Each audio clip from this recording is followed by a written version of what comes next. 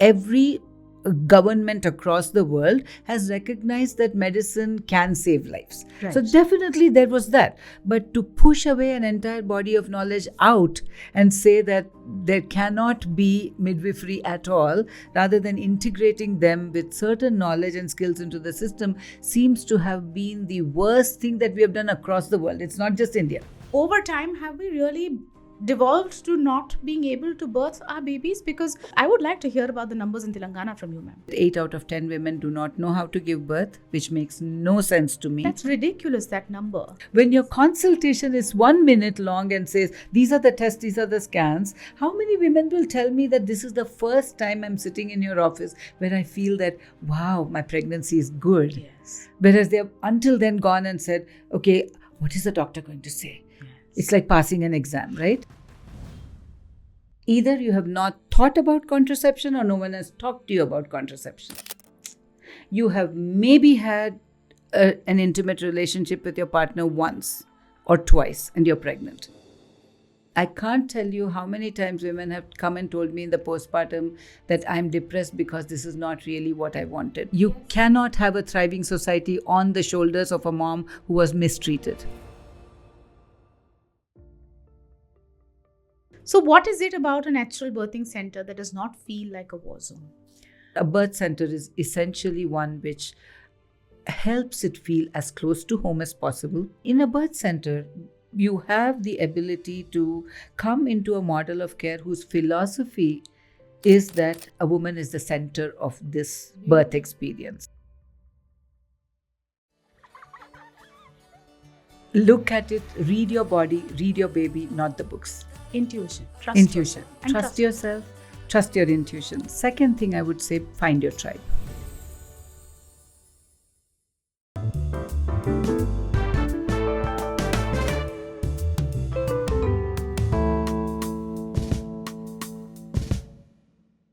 Hello and welcome to the Shezzi M Show. This is a podcast that highlights the vagaries of 21st century living and how to hack it. I am your host Shezzi, and it is a momentous day today because I have with me somebody who I have personally looked up to for the longest time, somebody I ardently followed for the longest time. She is a certified professional midwife. She is a Lamaze certified childbirth expert, and she's also the co-founder of Sanctum Natural Birth Center. Without further ado, allow me to introduce you to Dr. Vijaya Krishnan. Hello, ma'am. Hi, Shezzi. Such a beautiful thing, and you have created a beautiful space here, and thank you for asking me to be here today. Thank you, ma'am. Thank you so much. Ma'am, Dr. Vijaya Krishnan. The doctor is for? I have a doctorate in physical therapy. Before I ventured into midwifery, I have been a clinician for about 35 years now. And before I ventured, and midwifery was my second path in life. I've always felt that I've been a carer and a healer. And before that, so I have a doctorate in physical therapy. And this was just my life journey that brought me into the path of midwifery. I would say that midwifery called out to me rather than me actively seeking it. And it has been a wonderful journey from there on. Beautiful. Ma'am, you know, when we talk so much about midwifery, when I think of midwife in the Indian context, मेरे दिमाग में ना, oh, like a दाई अम्मा. But you're saying professional, certified professional midwife. What does that entail and what does that look like? So the current certified, the professional midwifery as we know it today throughout the world, that is a scientific body of knowledge which encompasses the journey of the woman from adolescence to menopause, and helps them navigate the process of womanhood through birth and post, the childbearing year being the most sort of the biggest aspect of midwifery, right. But encompassing all of that, it has all the medical knowledge. So when you said you look at it as a dai, right? So the dais had all the hands-on skills that was handed over from generation to generation. You and I are sitting here today because a dai helped your grandmom or your great grandmom birth your mother, and us here today. It's only been about maybe 100 years since when the birth shifted into the hospital, and maybe in the last 50, 60 years when most of the births have gone into the hospital, right? Until then, most of our grandmoms were born at home. Yes. And even our grandmoms will say, I had 5, 6 kids at home, right? One generation above me, as I sit here, is when many started going to the hospital as a routine process. So when you look at the DICE, they were the mainstay of the rural communities, even as urban, semi-urban communities. And when you look at their statistics, many of them never lost a mom or baby in their entire lifetimes. Now, when did the sort of push to the hospital come? It was because of, whether it was because of distances traveled, whether it was because of not availability of emergency services. And yes, as the maternal mortality, morbidity, and newborn mortality, morbidity started to go up, yes, every government across the world has recognized that medicine can save lives. Right. So definitely there was that. But to push away an entire body of knowledge out and say that there cannot be midwifery at all, rather than integrating them with certain knowledge and skills into the system, seems to have been the worst thing that we have done across the world. It's not just India. Correct. Across the world. So then comes the issue of how and which countries across the world have integrated that. Now, the places where it has been integrated into the healthcare system has been most of Europe, though we are hearing over and over again that even Holland, which used to be the sort of, shrine of home birth, their home birth rates are reducing, right? It's reducing. Germany has almost all but shut down all their birth centers. So it's actually a pretty kind of like the business of being born is really kind of taking its own, side right. Actor part, whereas the countries which have integrated midwifery with all the scientific body of knowledge, with all the hands-on skills, still continue to have better outcomes for mothers and babies. Right. We're not just talking about normal deliveries or cesareans, but the better outcomes, the good continuity of care, the good follow-up. Those are the countries. UK has a very good body of professional midwifery. Most of the European countries do. US is a little bit of a different ball game, but there you have this certified professional midwife who takes care of the out of hospital birth, whether it's the home birth, whether it's the birth center birth, and then you have the certified nurse midwife who takes care of the in hospital births. But still today also only 1 to 2% of women birth outside of the hospital system in the US too, despite it being available. So it's a pretty small number, and it's shocking, to be quite honest. But I don't know, I was laboring under the misapprehension, the misunderstanding that the home birth situation is quite robust in the United States. It's not so then? It's not so. It is not so. I think, again, everything comes full circle, Shezzi. So I do think that across the world, women are demanding better births. Yes. And I think that's a consumer-driven thing. You and I can stand on any platform and shout and wave and say that natural birth and, good, respectful birth should be the way, but women have to want it, right? Yes. So I think it's coming full circle. Women are demanding better. There is a growing need, even in the US now, for better, more numbers of professional midwives. And if you look at the World Health Organization figures, there is 800 to 900,000 midwives who are needed to better the maternal newborn health system. 800,000. That's almost 1 million midwives that are needed. Yes. And still, most women's bodies in some way are political, right? Of course, in some way, in quite a massive way. Right? So, politics of the women's bodies, it's what is driving most of it, rather than the evidence-based, because there has been decades of evidence that midwifery care is good. But I think hopefully, slowly. Absolutely. In fact, ma'am, you just said that the women should actually want it. In fact, I hope that after today's conversation, there's a key crux that I would like to convey, that you have every right to birth with dignity, and that not to birth in fear. And in fact, that's something I want to understand. Yes, we medicalized birthing, such an elemental physiological process, But why is it so fear-based? Why is it that you sneeze and something's going to happen to the baby? What is this narrative worldwide? And since we have spoken about the politics of the woman's body, I think it's time to shed the kid gloves and get into the ring and really actively talk about what the thing is. So I think it is multi-pronged, like with everything else, right? I feel part of it is how the woman perceives herself. I think that's where we start. We have to start with that. Yes. How do young girls, how do adolescents perceive themselves? Do they perceive themselves as, when I grew up, and I'm dating myself a little bit now, I never had a feeling that my body is not capable of doing things. However, through whatever teenage years and due to a couple of small medical issues, which I realized later on, but which was not diagnosed at that time, I landed up gaining a lot of weight in my adolescence. So still then also the narrative was still there, that fat, short, thin, thick, heavy, light. So when do we as women get up in the morning, look at the mirror and say, I look lovely today?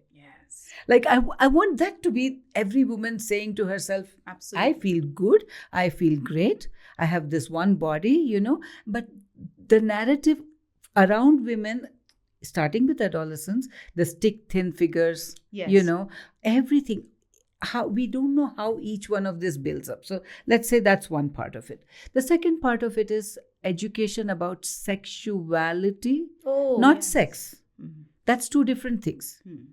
You can be completely in relationships of whichever way you want, or non-relationships, or, whatever you call it. But that's only one expression of your body. Without understanding their own sexuality, I think going into birth is it's like a completely uncharted territory for them, right?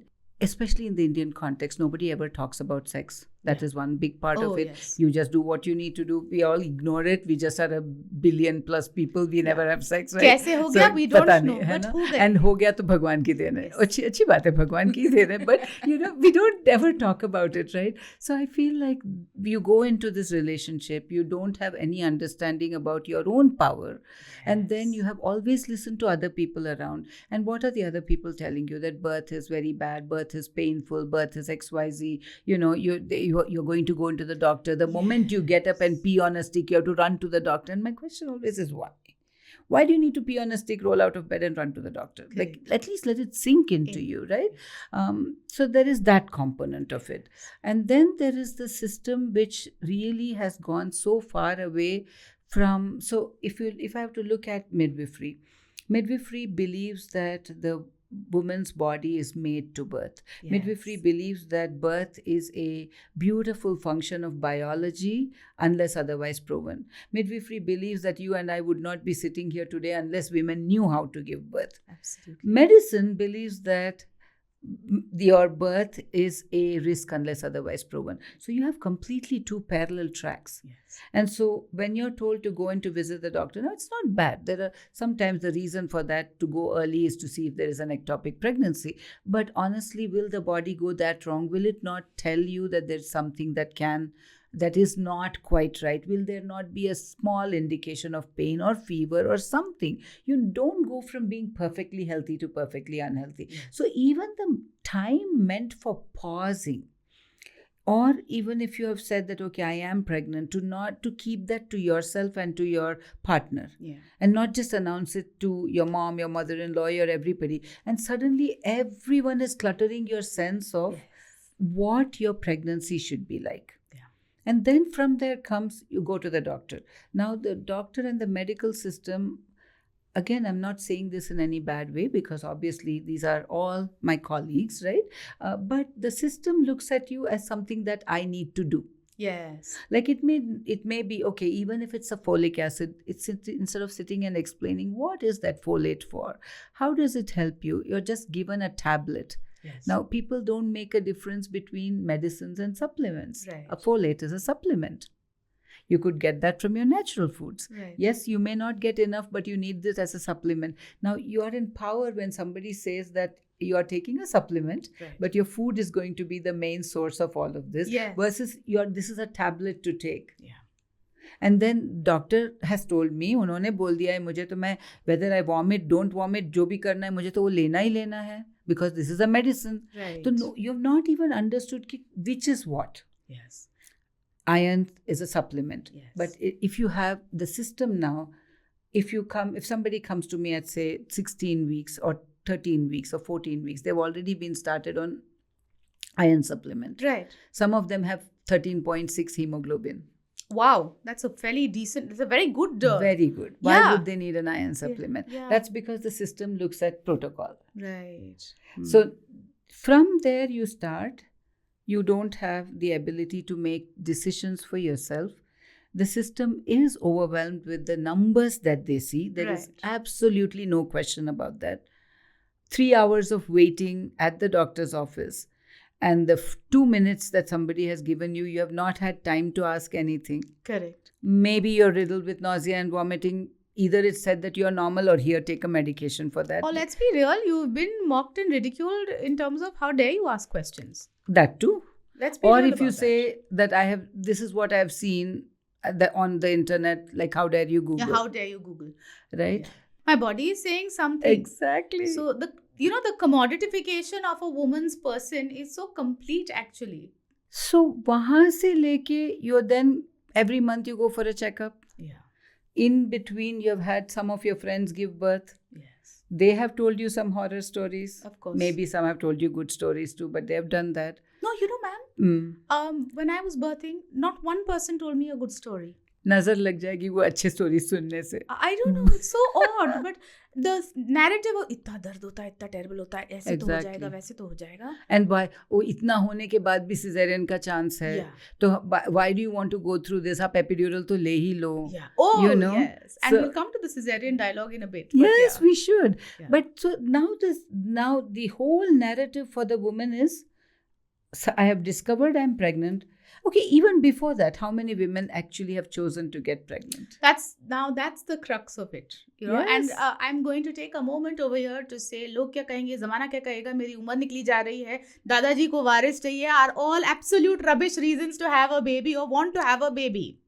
The want to have a baby should be number one. That urge and that yearning. Ma'am, thank you so much for highlighting it. No, and 30 years, bas wo kuch to some kind of, yes, there is. I'm not going to say that as you age, that there is some difficulty that you might have in terms of your reproduction, but again, that has to be done in context. Yes. It cannot be done without context, right? I know you had your baby a little later in life, right? And I was 36 years old. Yeah, so that's exactly. So I'm saying I have had 42-year-old women give birth, but for the first time. But I think it has to be done in context, right? Now, without that, the woman's being pressured in many different ways. And okay, here's even one step behind that. Before that, you have just got married. Yes. Either you have not thought about contraception or no one has talked to you about contraception. You have maybe had an intimate relationship with your partner once or twice and you're pregnant. Okay, that's heartbreaking. That is. And now you must carry that child forward. This woman now has a career. I can't tell you how many times women have come and told me in the postpartum that I'm depressed because this is not really what I wanted. I'm okay with it now. But again, it's heartbreaking to carry through all of that. So where does the fear start? So many things. I'm going to be bodily changed. I don't have any autonomy over my body. I have now, as soon as I've had this relationship, I need to go off to my mom's house because now they are going to pamper me, take care of me. Pampering is okay, but taking care, like taking care of you, right? And then the husband's going to be somewhere, or if they're living together, 5 people are with them. Oh, like yes. It is a lot for a woman today to go through. Absolutely. And then the last thing is the medical system gives you a good pushover. And that's where the fear comes in. And fear is a ping-pong ball to me. Yeah. If I reflect it at you, you're going to reflect it back to me. Correct. I'm going to keep saying to you, kabhi kuch ho jayega. And like you don't go to bed every night thinking, oh my God, I should keep a ventilator next to me just in case I wake up and I cannot breathe. It's Correct. like that. But because of that few times then a woman might need medical care, And yes, I'm going to tell you, women are getting, in that space where lifestyle related problems are there. I'm not going to say no, but again, you're not going to expect madness at every turn of the way. But I also feel that that's because we have been conditioned to divorce ourselves from bodily intuition. Absolutely. Absolutely. And I remember when I decided to have a child that late, it was a very, very informed decision after almost 8 years of marriage. We made the choice, but I took a whole year before that to clean out my diet, my lifestyle, the content I was consuming, how much coffee I was having. I was not much of a drinker, but all of that I felt really made a huge difference. And sometimes I sit and I think, isn't this common sense? But it's not. It is not. It is absolutely not. But again, think of it. If you're coming in the way that I talked about earlier, where has been the time to think about that? Now, I do have maybe 10% of parents who will come to me in the preconception and actually say, because I have different types of preconception, people who can't conceive for whatever reason, people who have had a bad experience who want to have a better experience next time, and then people who will come in and say, I just want to know what's the right thing to do. And I'm like, Beautiful. You guys are good when you're doing that, right? But it's also the dad. We don't talk about the dad. There is enough research saying that if the mom's carrying the baby 9 months inside, taking care, dad should be doing that 9 months outside before, not only after, but before. Like quit smoking, quit drinking. I mean, I'm saying quit, but maybe minimize it, or at least take care of your health. Both of you go walking, all that, because dad contributes half the DNA to the baby and so to the placenta. Now we know that, not only like moms, obviously, who smoke and drink, especially smoking, they can have smaller placentas, they can have hypertension in the pregnancy and low birth weight babies and so on and so forth. But we know that dads who are also, especially heavy smokers and all of that, that can contribute to mom having GDM in pregnancy and pregnancy-induced hypertension. So it makes sense for both of them. No, it's very clear now. That's the imprint that the placenta is also getting, right? The placenta is the life of the baby. Now, if the placenta is being formed with all these unhygienic habits, for lack of a better word, it is going to cause problems. Absolutely. Right? So I feel like that's another whole story. And that's a beautiful story that needs to be highlighted, because men are not merely sperm donors. That was my interjection. Sorry. No, 100%. No, they are not. Nor are they drivers to take you to the doctor's office. This is my other thing. They have to take part in the process. They have to be inside. I was just going to come to that. Now we are in a narrative where at least men are encouraged in the labor chambers. Initially it was like, oh no, aap bahar khade rahiyega. But that's not the case anymore. I know for a fact that at Sanctum you very actively and ardently advocate that, well, the father has to be in the room. Please share some wisdom. I feel that the partner being present there actually makes the mom feel like she's doing it for both of them. It's their child, right?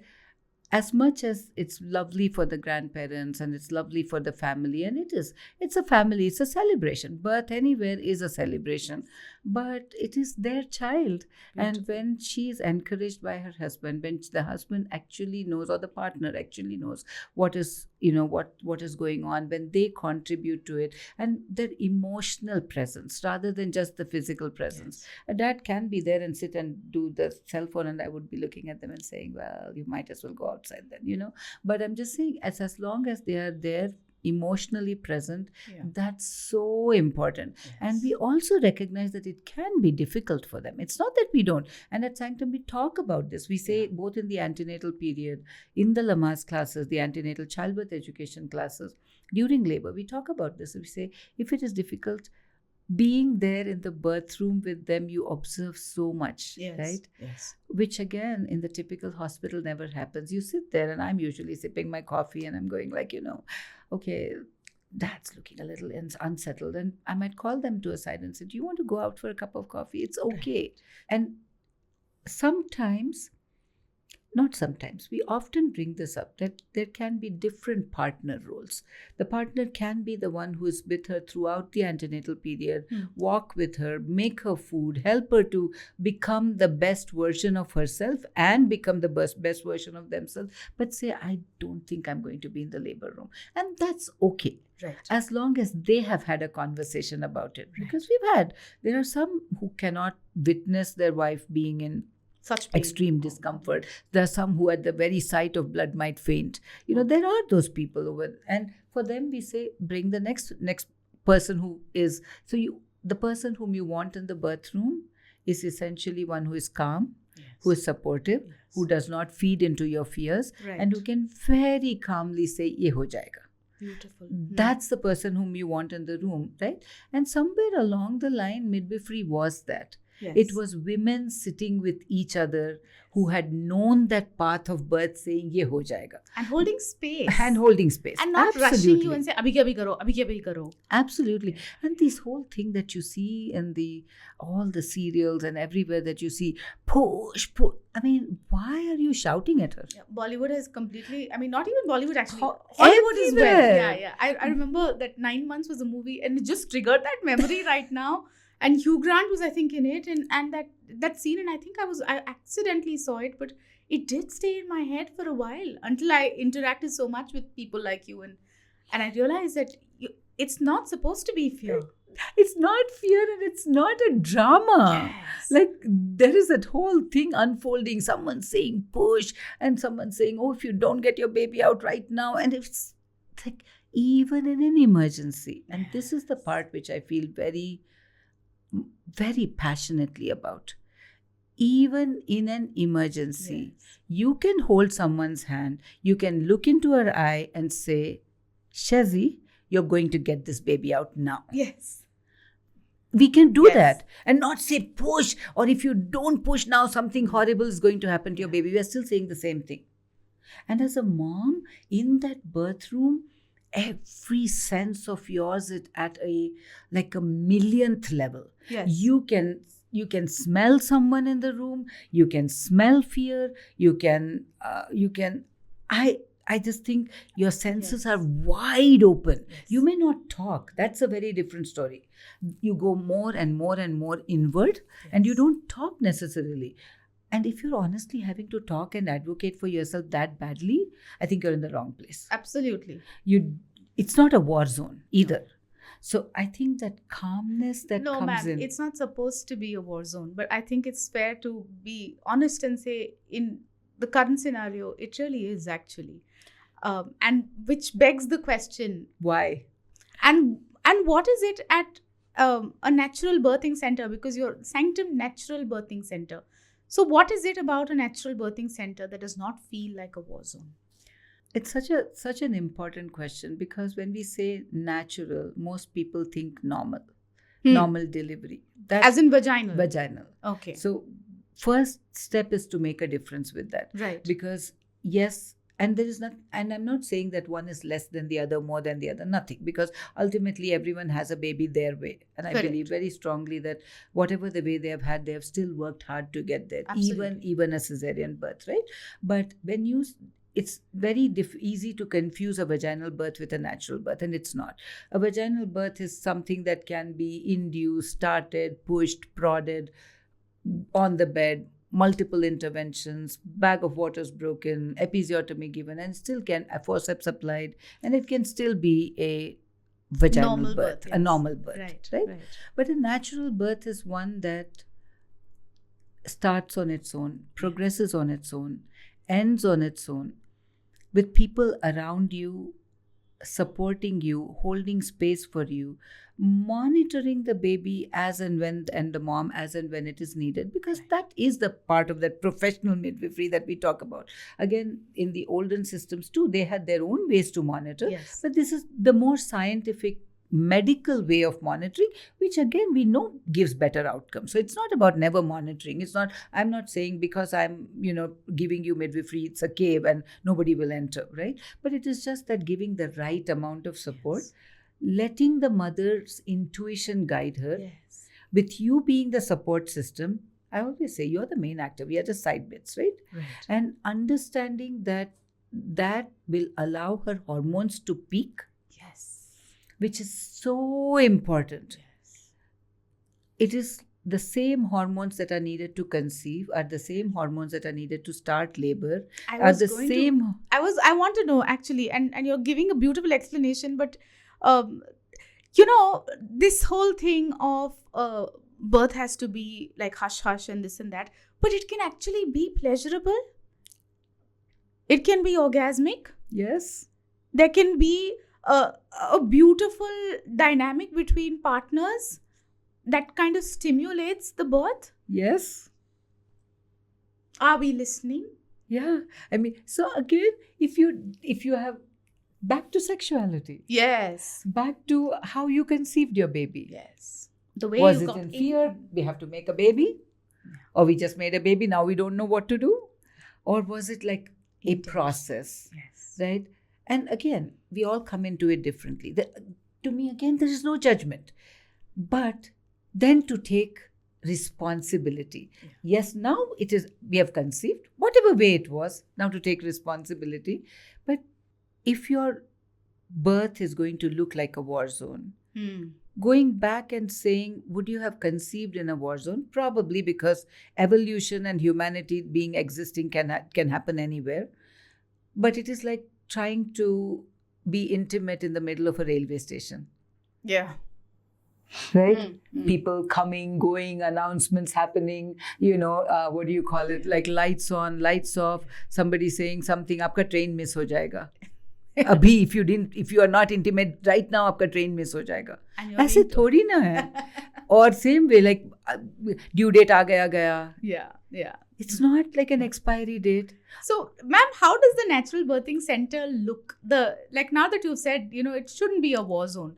There should be an opportunity for people to clear out so you can actually get into that intimate space. Right. Ideally like your bedroom. Oh, right. That's how it should look like. Right. It doesn't have to be fancy.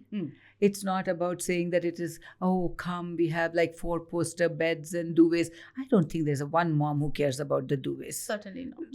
And it doesn't have to be like, perfect music playing. Absolutely not. My piped music and your music may be something completely different. And mostly you're listening to the music of your body. Correct. Not to the external music, right? Yeah. So sometimes I think even the natural movement assumes that this is what is needed. And it's not. I think it's very, very good to be a little radical in your thoughts. Right. Like, what do I want for my birth? Yes. And no one ever asked the woman that question. Without asking those questions, there is so much upheaval going inside Absolutely. of her. You have hormones. You have the the thought processes which kind of center you into saying, okay, when's my baby coming? What do I need to do to prepare for that? All those things happening on the the frontal lobe level. Then there is the emotions. Then there is, how will my relationship be with my husband after this, right? Yes. There is all those other things that happen. What's going to happen to my career after this? If you are in that, or in any which way that you look at it. And in that, when you don't acknowledge the woman and you just want a baby out of her, that's never going to happen, because whatever is happening in the woman's body at a cellular level because of this is also happening in the baby. Yes. She is fearful that same cortisol is going to bathe her baby's cells. Yes. Now, I'm not saying that the tiny amount of stress that you take to complete a work project is going. Again, people go to all extreme. Like, I'm taking stress at work. Okay, we are all stressed at some level, somewhere, every day, right? No, you be resilient. Come on, you're birthing a baby. That much you can handle. But yes, to go back to your question and answer, a birth center is essentially one which helps it feel as close to home as possible. But beyond that is the philosophy of birth, right?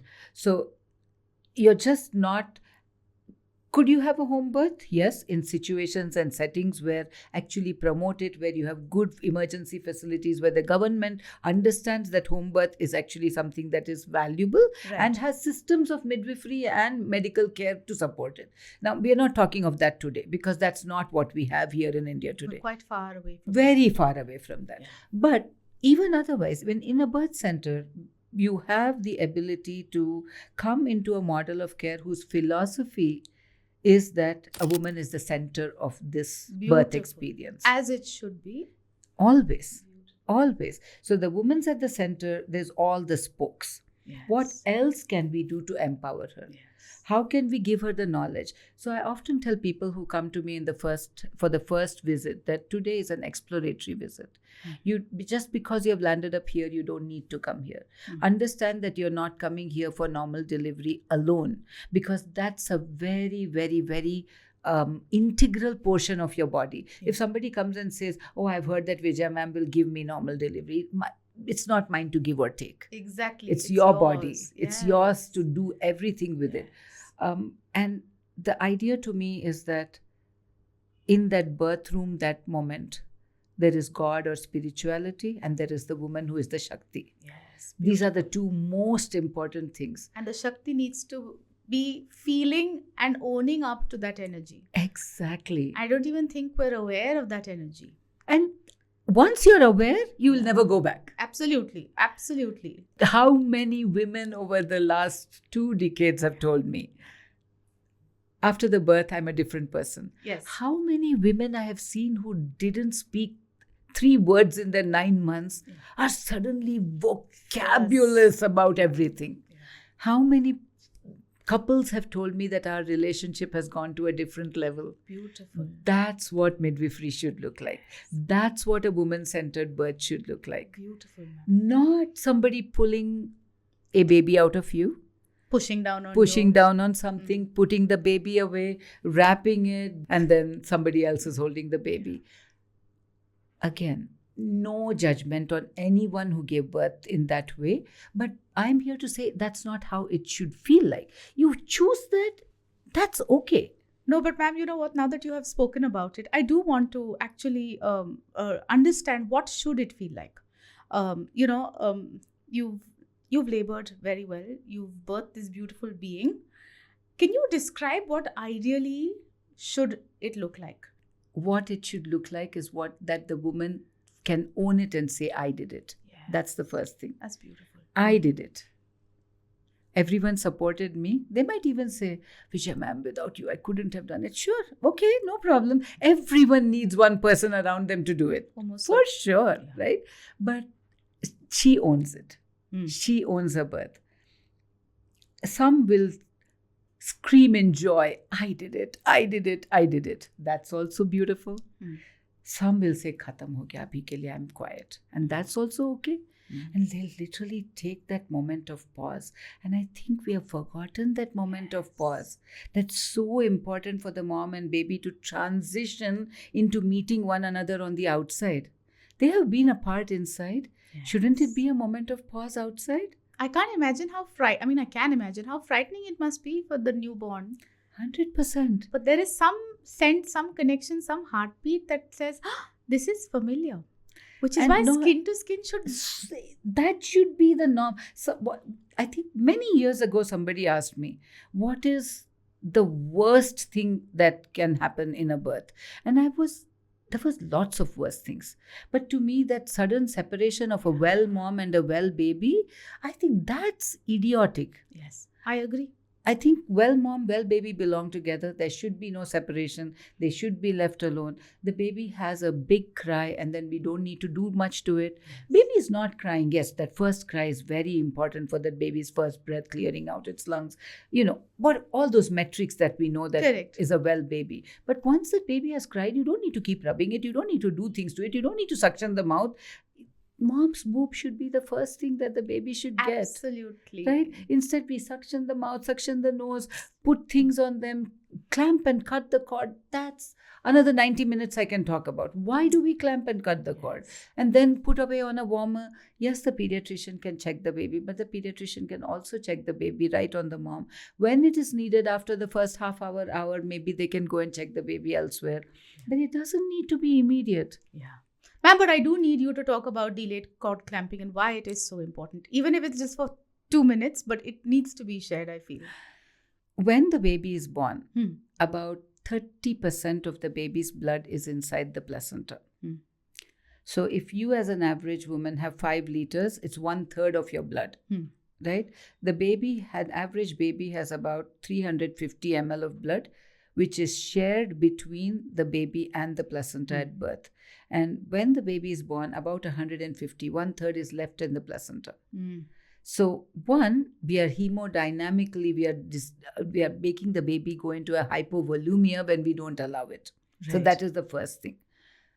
That transfer of blood from the placenta to the baby happens over the course of many minutes.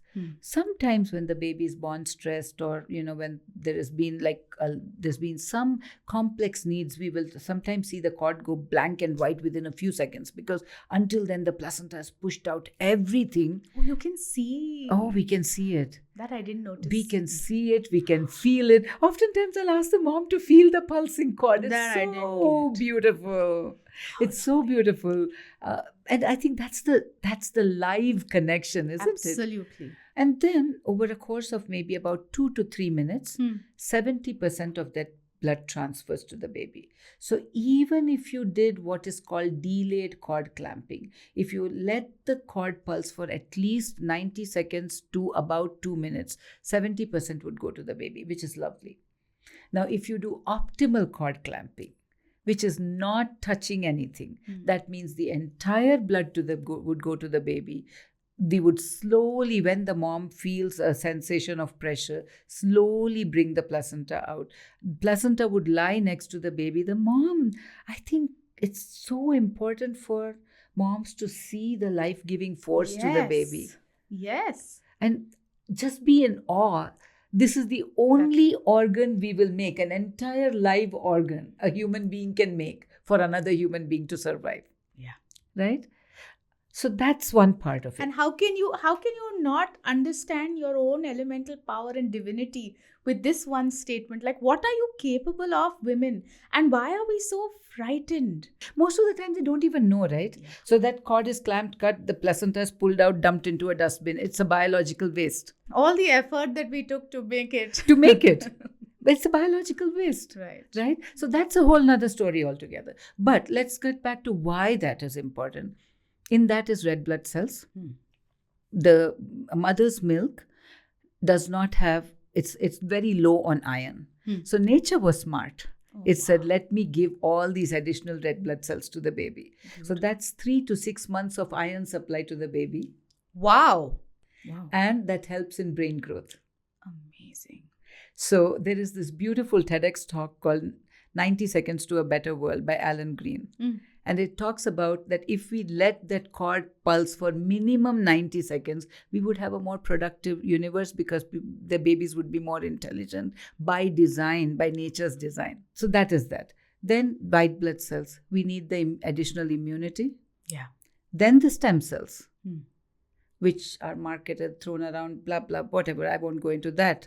But the stem cells, that is nature's own cure for your body, right? Yeah. So if today my gut system is not functioning, there will be stem cells to make it function a little bit better. Right. Yes, as adults, we have stem cells in our spine and in the flat bone of our hips, but that is nature's own design to give the stem cells to the baby. Those are the blank cells which can repair anything.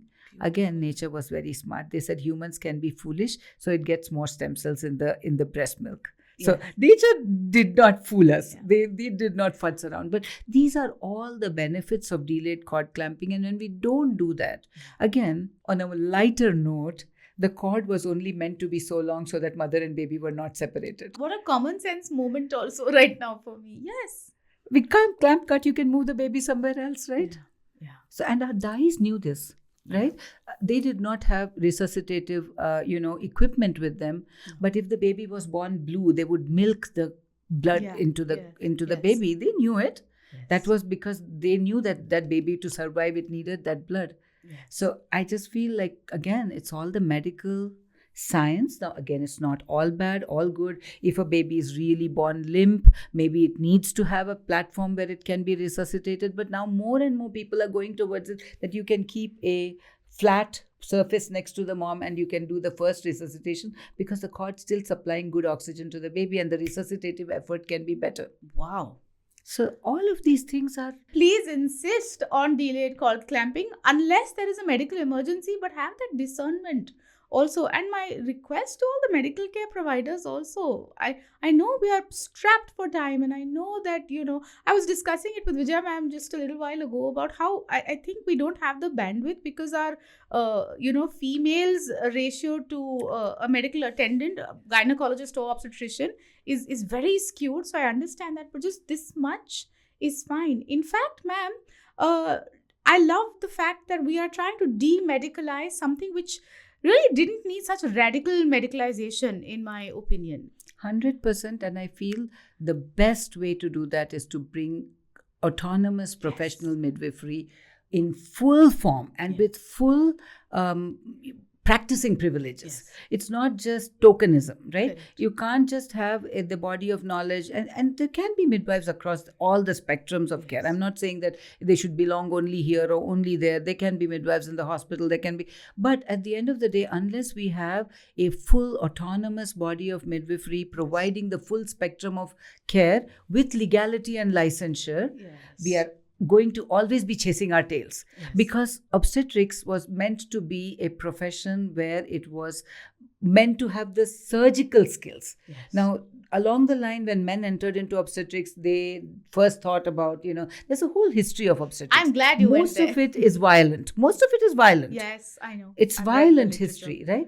But beyond that, yes, the instruments were discovered, everything was, women were prodded, and that's where it became more of something to be completed rather than a process which the woman went through herself, right? But when they entered into that kind of profession, and then when gynecology got sort of clubbed along with it, this is the only profession which takes care of a woman who is bleeding too much, bleeding too little, has a problem, has menopause, has infertility. Of course, now infertility is a whole nother branch altogether, but you do that, and then you have to have the patience to go and sit with a laboring woman. How is it possible? And you have to have the surgical skills to take care of an emergency. Would it not make sense to have the obstetricians do what they do best, which is to take care of all those other things and do the surgeries, and have midwifery as a standalone autonomous profession which values respect, dignity, autonomy, which makes sure that the woman understands what is going into it.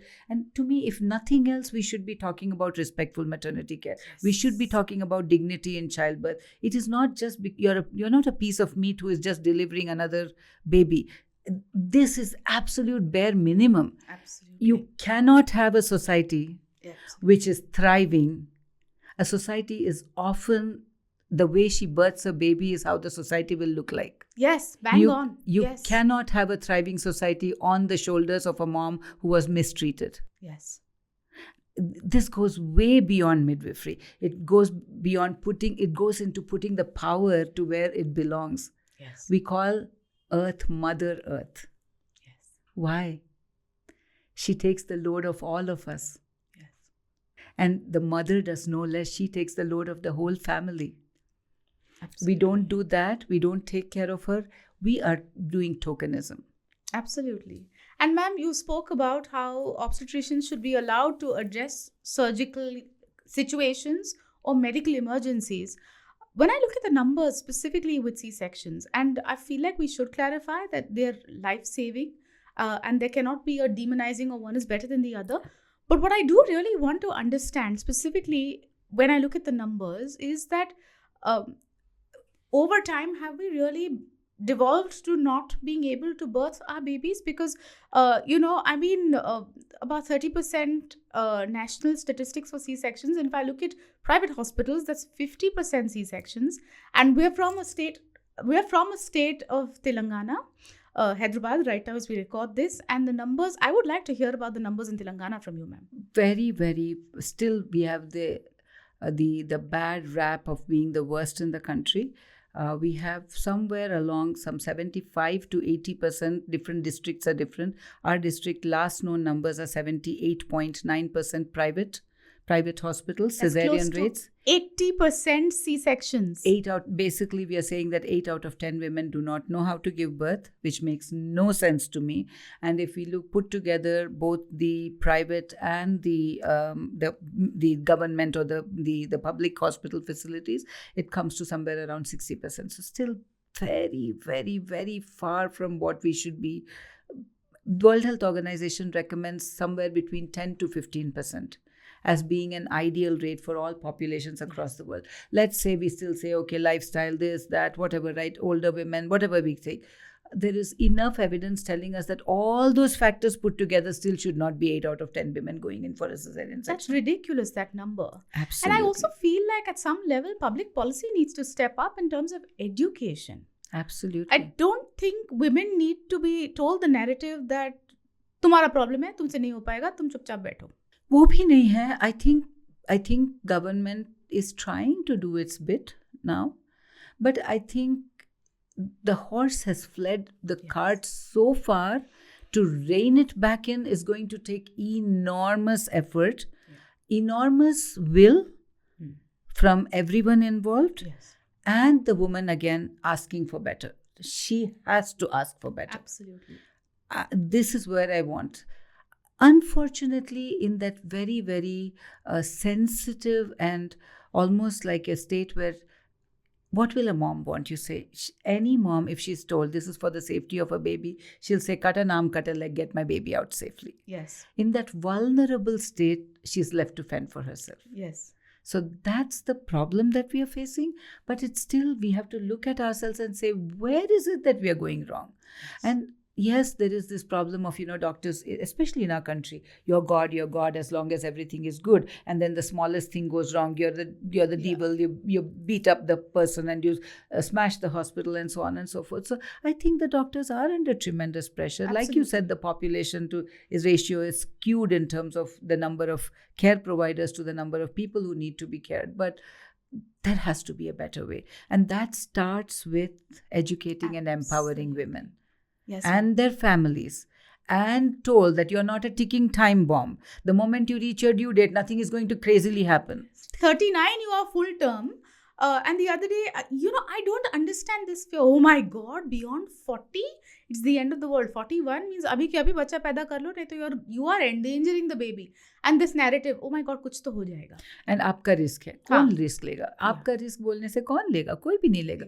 Talk about what are the real risks, what are the real benefits, right? To me, risk is a chance of something happening. When I say you have a chance of, maybe having XYZ, your nervous system automatically calms down at least by 2. Absolutely. Whatever numbers that we call it. You say you have a risk of something happening, your nervous system says, oh my God, risk. Because we associate the word risk with bad things. Yes. But it is actually a chance. Yes. Now, let's talk stillbirth. Between 40 to 41 or 41 plus, let's say 41 weeks complete and going towards 42 weeks, your chance of stillbirth is 0.3%. Wow. That is 3 out of 1,000. What? And the way they will put it across, and it's so ironic since it's not 39, by the way. Finishing that thought, between 41 to 42 or 42 complete to 43, that chance goes up to 0.6%, 6 out of 1,000. So now, here's the thing. When we talk risk, we talk about this and say both are small. The total numbers are small, but the relative risk has doubled. So we are not putting it under the table and saying everything will be pink flowers and purple rainbows no matter you go to 44 weeks. It's not about that, because there is something called the placenta, which is a live organ, which is reaching the end of its journey. But again, if your mom is feeling good movements, if she knows what she's doing, if we are watching her, that's the time when I'll see them very often in the clinic, almost every day. Yeah. Right? Yeah. But to say that just because you've crossed the due date, this is my thing. What is the difference between 39 weeks, 6 days, and 40 weeks, 1 day?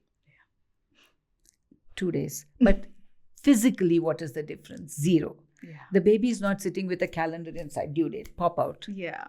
So the metrics that we are using is not right. Correct.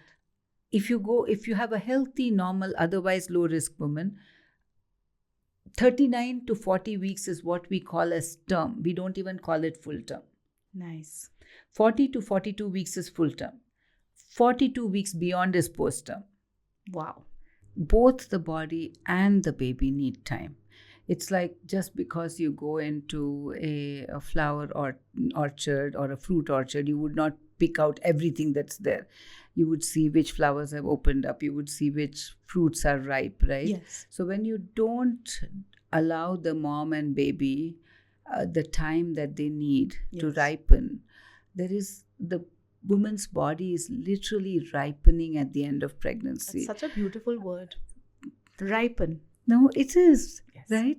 Beautiful. You are becoming somebody, it's not just like suddenly you were, carefree and all of a sudden you suddenly had a baby in your arms. There is that purpose. It's a rite of passage. And when you're becoming, when you're glowing, you're blooming into your pregnancy, you're literally doing the body's own work. It is of your body, it's by your body, it's for your body to bring your own baby out. Now I say, time's up, rent over, lie down on the bed, I put something into you. Mind not ready. Yes. Body certainly not ready.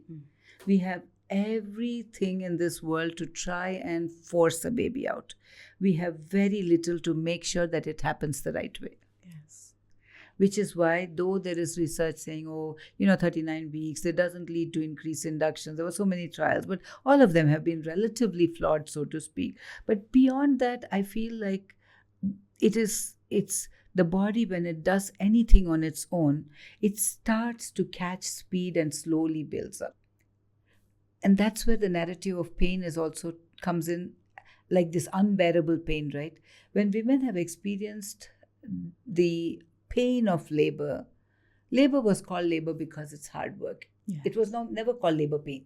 Pain is only a part of it, which we have to acknowledge, which we have to have tools to manage, which we have to have support systems to empower. Yes. But pain was not the only thing. No. It was the process, right? Yes. Now, when you force the body to do something ahead of its time, then it's one after another cascade of interventions. And when those cascade of interventions happen, we are basically saying, you're on my time. I want to do 1, 2, 3 things. If 4 hours down the line it's not happened, we're going to do 5, 6, 7 things. 8 hours down the line. So you're basically pushing and pushing and pushing until when the baby comes out, maybe vaginally, but still none of the experience associated with it. Or you've landed up with more interventions and landed up towards a cesarean. So you hear so many moms who will come to me the second time to say, "Maine to sab kuch try kiya."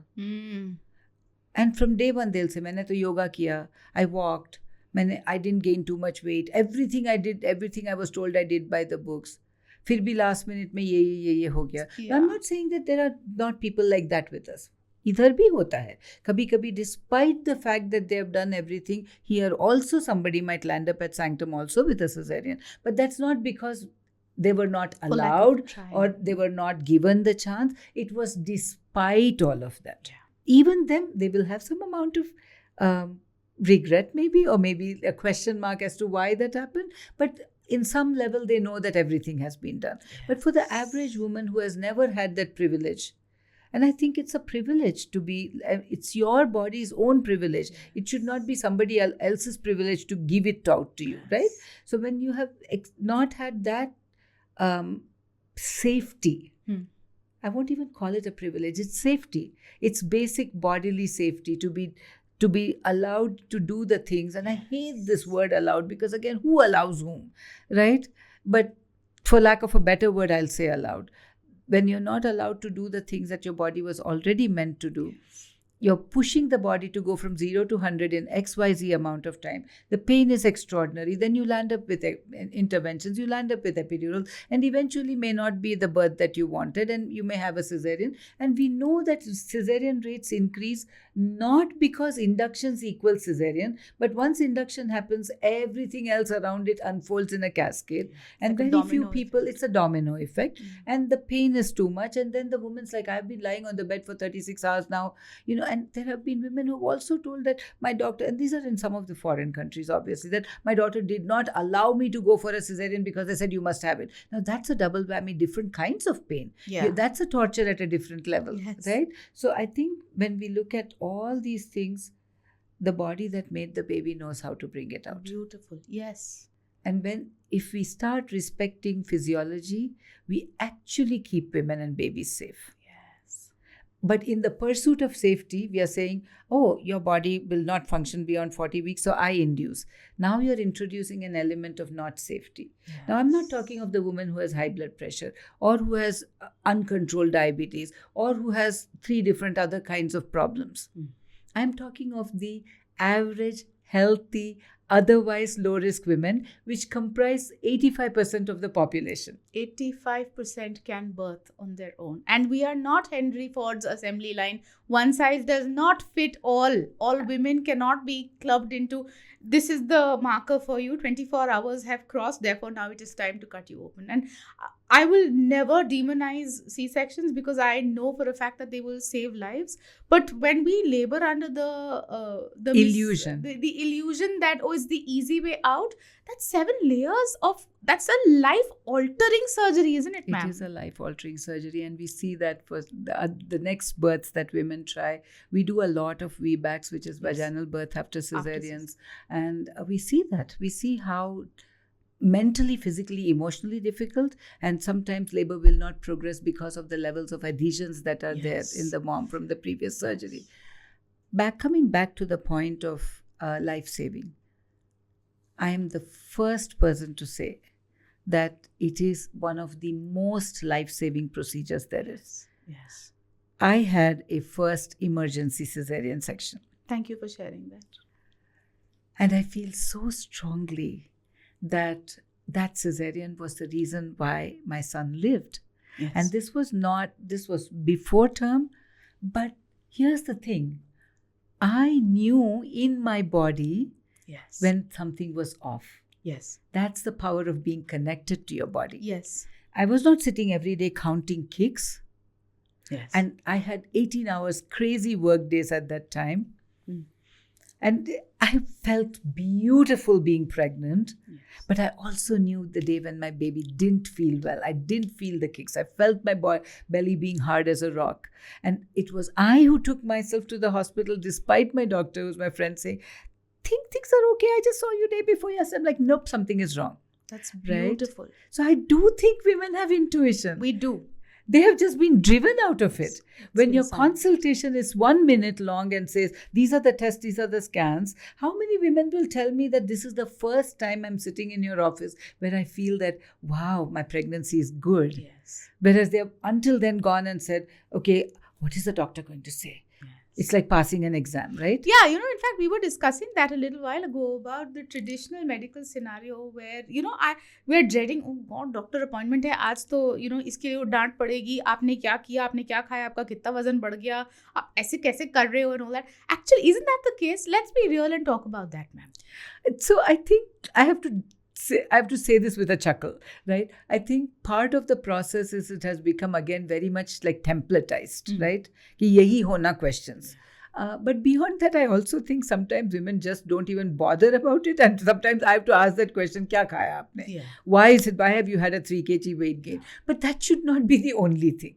Like I always feel the consultation should happen in middle of a conversation. Yes. A conversation about how you're feeling, what is happening with you, how are you overall, how has the last month been? And then, oh, by the way, okay, look at your weight, maybe your PP today, let's see about what's going on. And then sometimes the woman will say, I don't know, maybe I had that one ice cream, and then the husband will chuckle and say, one? You had a whole tub, and you have these conversations surrounding it, right? But shame is not attached to it. There is no shame associated with it. And that's so important. Yeah. Very important. What do you get out of that?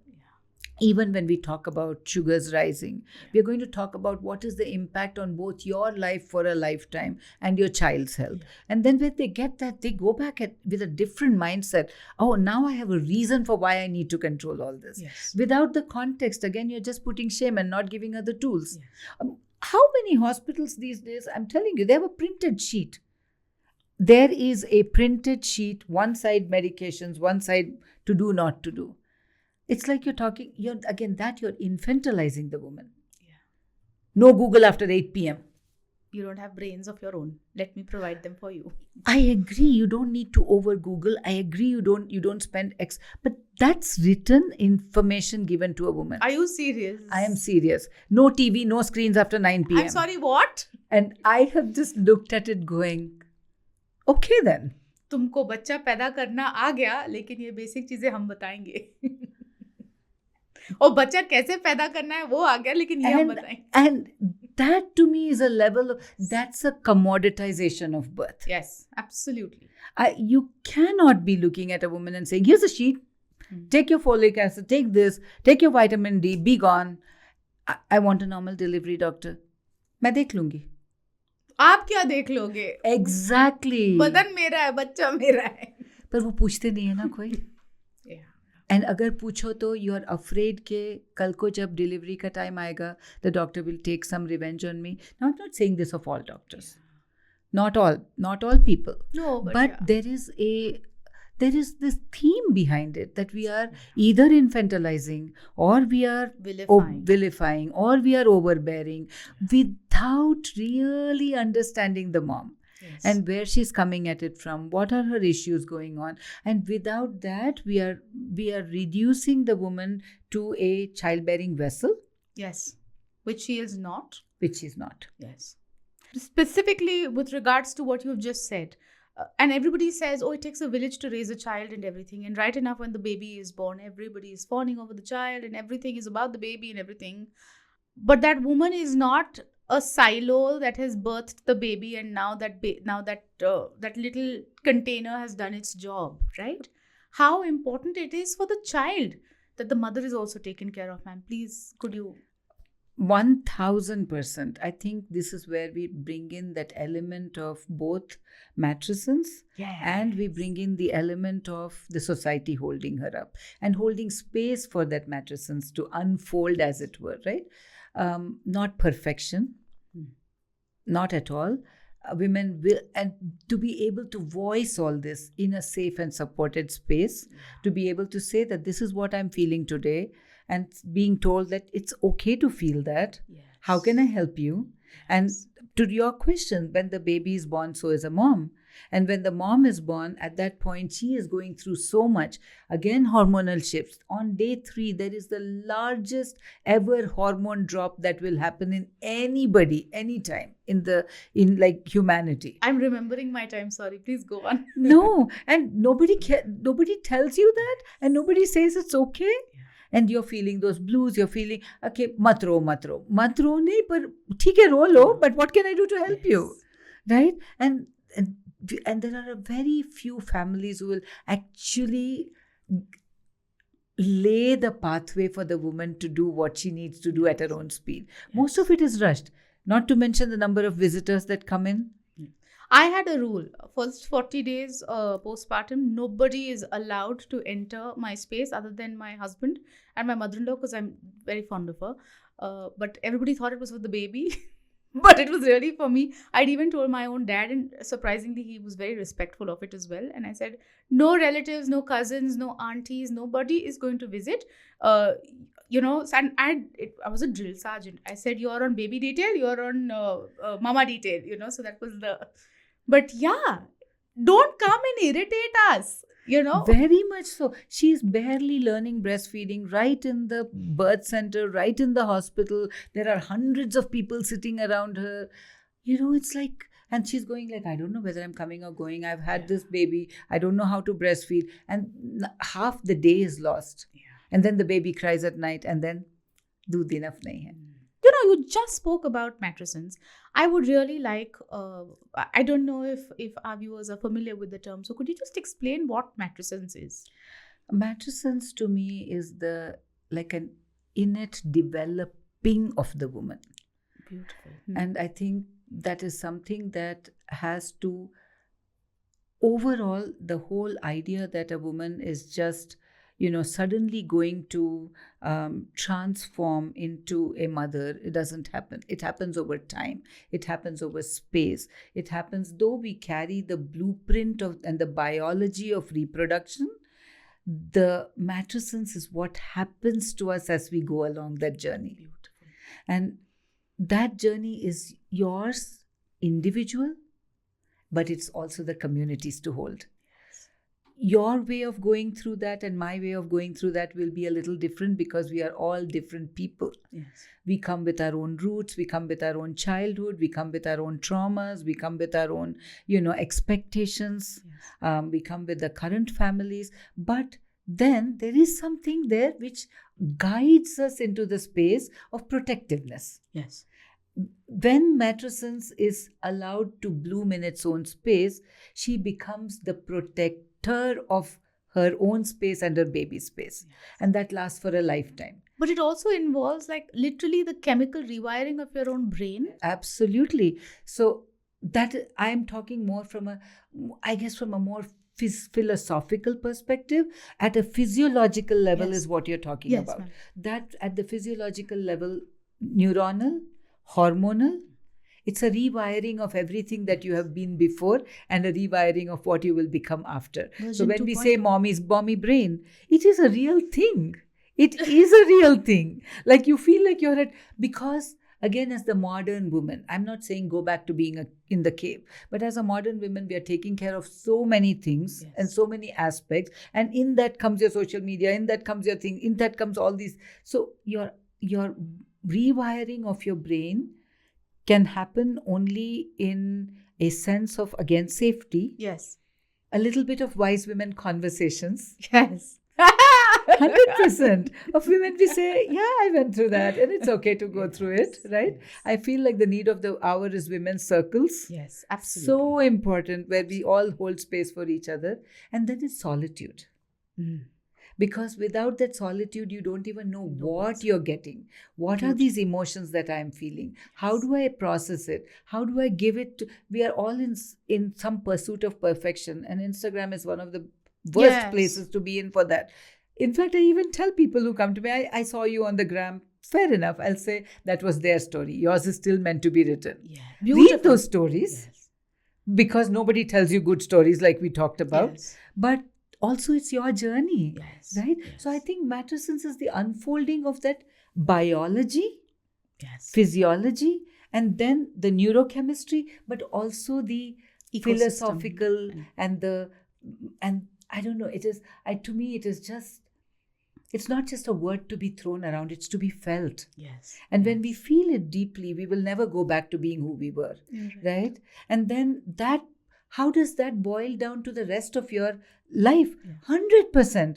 If you're allowed to be intuitive about this part of your life, will you not be a better co-worker? Will you not be a better employee? Will you not be a better entrepreneur? I think all of that. Will you not be a better partner? But when that has been subdued, never allowed, you're going to be a shadow of yourself. I'm so grateful, ma'am, because just like menstruation, we were taught that this mommy brain is also, and I'll tell you what, I myself will be like, hey, I swear before the baby, I used to be so sharp. I was as smart as a tag fellow. Today, I'm so grateful that you allowed me to look at it from a different perspective, that it is not a debilitating condition. It could very well be my superpower. It is 100% your superpower. And I wish every mom out there to hear it. It is your 100% superpower. There will be days like every day in life when you will feel, oh my God, is this ever going to be the same again? And that's okay. Check. Sorry. And that's okay. You're going to feel like, am I the only one going through this? Yeah. And you're not.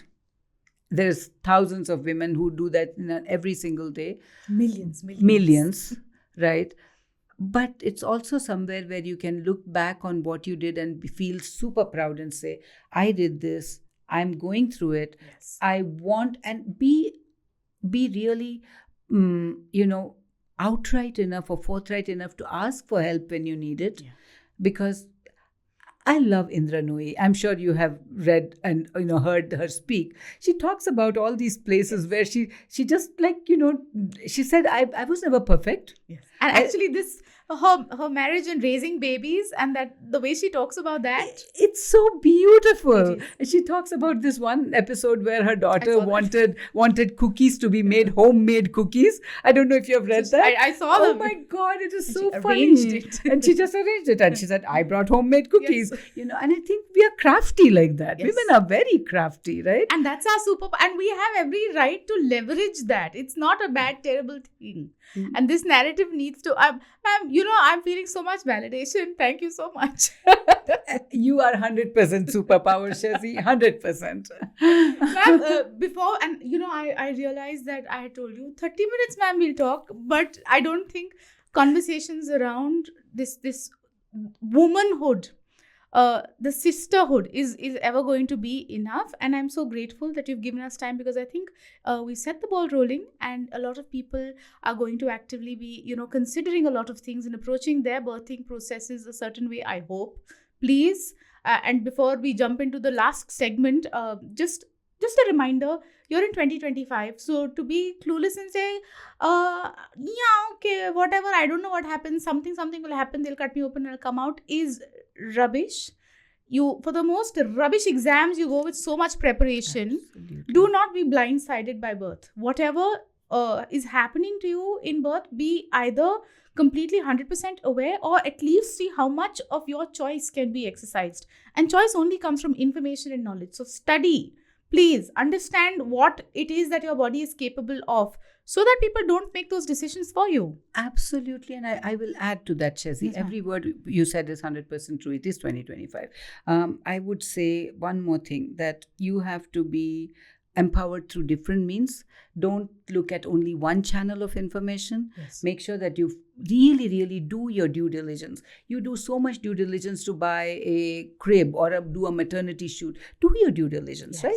And find out resonance. I cannot say more than that. If you find that resonance is not, and honestly, Shezzi, I think we are intuitive human beings, right? We are. So when you sit in front of a care provider, at least you should have an idea, are you resonating with their philosophy or not? Yes. If somebody says that we will see at 39th week, like that is not answering your questions. No.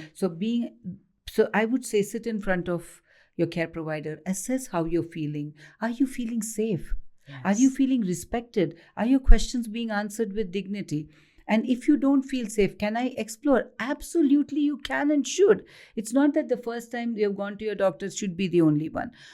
If there are family people who are saying, this is the doctor that I have been to, you should also be here. Sure, honor that, because you don't exist in a vacuum. But at the end of the day, if that doesn't suit you, then go ahead and find some more. Yes. You cannot go to an electrical store and ask for milk. It makes no sense. So if you are going to do your due diligence, find the right care provider, find the resonance, then you will have not only a safe, but you will also have a more satisfying birth experience. Yes. It should not be safe or. Yes. It should be safe and. Beautiful. And I think this is what I would like all women who are listening to your show to understand, that it should be both. Ma'am, one last thing, since this is a podcast that highlights the vagaries of 21st century living and how to hack it, I need one 21st century birthing hack from you that is definitely going to hold women in good stead. Look at it, read your body, read your baby, not the books. Beautiful. Intuition. Trust yourself. Trust your intuition. Second thing I would say, find your tribe. Yes. Because no matter how much we trust, how much we intuit, there will be times that you will doubt yourself. And that's the time when you need to find your tribe, whether it's your mom circles, whether it's your friends, whether it's your grandmoms. Yes. They will give you a load of wisdom. Yes. I think the mom's generation is a little bit more, your own mom's generation is a little bit more, sort of I don't know what to say. But I call it a skip generation. Exactly. Either a skip generation, or because they have seen other people around them, their nieces, their friends, daughters giving birth in a certain way. So sometimes they feel a little idhar udhar, right? But the grandmoms will give you a lot of wisdom. They will say ki ye pain beta abhi itna pain nahi hai. Abhi time hai. They will tell you. Yeah. The mom generation might say, let's run to the hospital, right? So definitely find your tribe, educate and empower yourself. I think this is the best thing that you can do for your lifetime, because it's not, birth is a microcosm of life, right? And if you birth in power, I think you will also want to live in power. And I think it's so important. Beautiful. Vijaya ma'am, it's every single time I interact with you, I come back feeling like a superwoman. And I'm hoping that all our viewers today are feeling exactly that way. And speaking of building a tribe, I'm going to make sure that Vijaya ma'am's handles are also available. I'm sorry, I didn't ask you before this. But if you have any questions, or if you want to kind of find a little bit more about Sanctum Natural Birth Center, we're going to share the details. If you want to be a part of more of these dialogues, please don't forget to subscribe to this particular channel. And of course, keep your thoughts, comments, etc. flowing. We will see you in the next one. Ma'am, thank you so very much for today. Thank you, Shezzi. This has been a heart-opening, beautiful conversation. Thank you for having me.